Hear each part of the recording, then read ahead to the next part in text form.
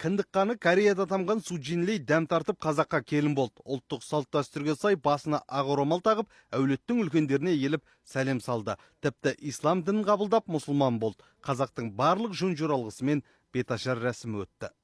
Шабала ұрмайсыздар, құтты болсын ағайын. Қолына ақ құсын қондырған қазақ жігіттің есімі Сәкен. Ол оңтүстік Корея елінде 5 жыл жұмыс істеген. Әуелі жай достықтан басталған қарым-қатынас біртіндеп махаббатқа ұласқан. Жылдар бойы араласып, бір-бірінің қыр-сырын меңгерген олар ақылдаса келе, шаңырақ көтеруге бел буған. Екі жақтың ата-анасы да жалпы үлкендер жағы жастардың жүрек қалауына еш қарсылық танытпаған. Көрді, таныстым, араластым әке-шешесіне. Сөйтіп жүріп, кейін рұқсатын беріп, алып келдім ғой саға. Одан кейін әйелім өзі корейский үйретті, оқытып.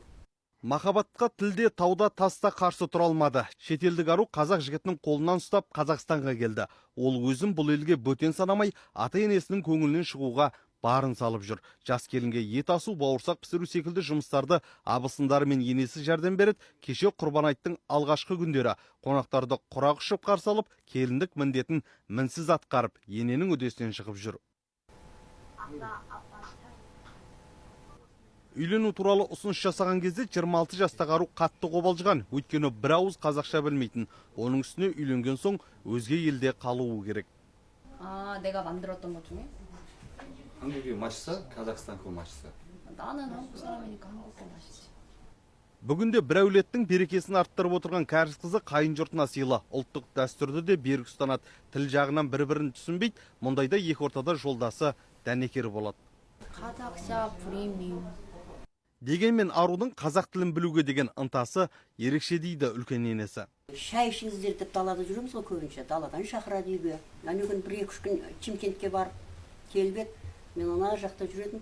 Содан мен келдім, апа деп ана құшағын жайып келе жатыр да маған. Еріп кетесің ғой ондайда. Ана кішкентай бөпелерді көтеріп кетеді алып, ойнатып. Коляска салып сүйретеді ары-бері. Тіпті біздің тағамдарға да үйренген. Әй өзіміз не ішеміз, не жейміз, соны береміз. Үйренді о да. Көбінше күріш, ащы нәрсе жейді екен да. Әкеп беріп жүрдік жаңағы жейтін лапшаларын, бір нәрселер. Дайын лапшасын пісіріп, апа іш деп қояды маған. Мен ішемем ғой ащы ол. Мен сиыр сау деп айтқан жоқпыз айналайын. Бір сиыр бар, 3 келін бар, сауып тастайды ойдырып. Енді үйренер болашақта. Жегендерге ет салып әкеліп, сорпасын дайындап, айран қосып, сондайлардың бәрін істейді. Айналасындағы тіршілік қызық болып, қорадағы малды, ауладағы талды бәрін телефонына қызық көріп түсіріп жүрген. Сужин үшін алғашқыда Түлкібастың ауа райына үйрену оңай болмапты.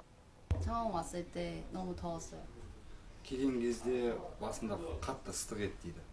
시인이. басыма ұрады. 지금은 날씨가 시원해져서 괜찮아요. қазір погода жақсы дейді. сәл салқындау. Тағы бір мәселе бар. Сужиннің Қазақстанға келгеніне 2 ай болған. Енді әрі қарай елде қалу үшін рұқсат қағаз керек. Десе де сол шаруаның соңы сиыр құйымшақтанып кеткен. 1 шілде келіннің Қазақстандағы соңғы күні. Келген шаңырағына әбден үйренген оның қазіргі уайымы осы.